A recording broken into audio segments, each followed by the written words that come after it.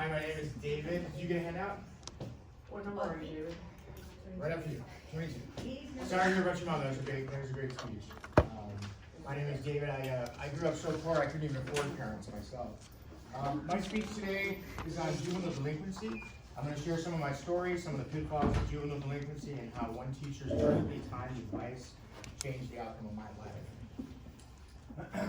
Here's some examples of some delinquent acts: truancy, skipping school, underage drinking, the purchase of alcohol, underage smoking, purchase of cigarettes.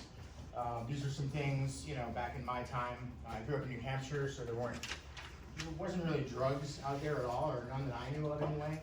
I didn't break any of these rules, but I did get caught up in the system for a while. I spent the ages of 15 until 17 in a lockdown facility, never having actually broken the law. Far more serious offenders went to community-based programs after school. But for me and other socioeconomically challenged, at-risk youth of my age, being taken away and locked up was my only choice. So here's some examples of acts committed by juveniles that would be considered crimes if they were 18 years old or older: fighting, vandalism, trespassing, petty theft. The last foster mom that I had before I was sent to a group home, she never bought me clothes, so I got really good at shoplifting. I never got caught at shoplifting, but she actually found a bunch of my clothes one time that I hid, and she took them to the police, trying to get me in trouble. So that, in addition to me skipping school a lot my freshman year, I was 15, and my foster mom had a counselor come and talk to me. She wanted to get me sentenced basically to a group home. The counselor that came and talked to me, he gave me this math test. This is one of the reasons why I wanted to get an education, because this is just so unfair. A counselor comes into your school, imagine this, right? And he's giving you all these questions, and then he's telling you that, he's like, I'm gonna give you a list of numbers, and I want you to remember these numbers in sequence. And you're thinking to yourself at 15, if I remember these numbers in sequence, then I won't be sent away from my home, right? So he's saying like 15, 17, 3, 9, and I'm like, I get a pencil, and I'm like writing it on the side, so I'm like repeating it back to me. 15, 17, 3, 9. I guess the test was kind of meant to see whether you would cheat or not, because the numbers became longer and longer. So because of that, I was sent away to a group home, and that's kind of how the ages of 15 through 17 went. Now, let's see here. Juvenile courts, let's do this. Here's some examples of legal penalties for juvenile delinquency. There's monetary fines if you have parents, court costs for parents, counseling to help minors understand their actions, apology letters written by a minor. I never got any of these things. Is this points? No. Citations, which will remain on the juvenile's record. They say that it goes on your permanent record, but you can get those things squashed.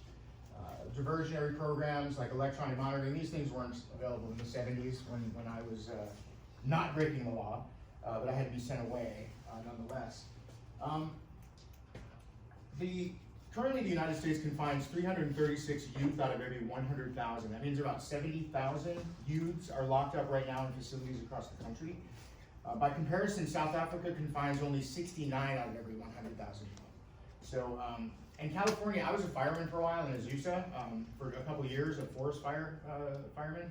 And California uses inmates from the youth authority before it uses adult prisoners, and then the actual firemen gang. So if you're ever watching those things on TV when there's helicopters that are spraying water, it's actually not water, it's like a purple sticky solution that might or might not be cancerous.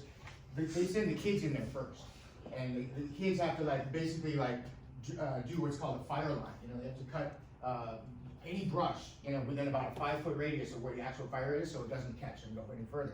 Then the prisoners come in and do what they have to do, and then while the actual firemen are just kind of standing there smoking and watching what's going on. So it's kind of funny. I wanted to share one last thing. When I was in this group home, all the other kids had parents, right? And they could go. They went away for Christmas. The parents came. There was this one kid that actually stabbed his mom. His mom still came for him every weekend, right?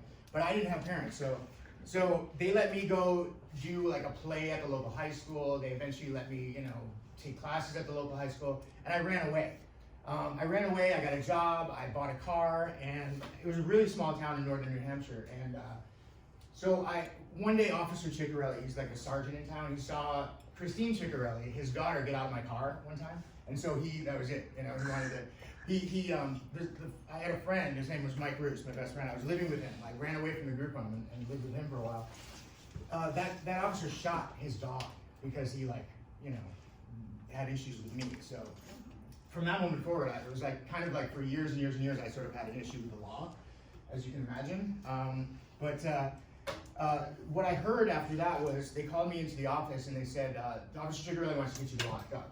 Because I was living with Mike Bruce, but I didn't actually have a residency, residence.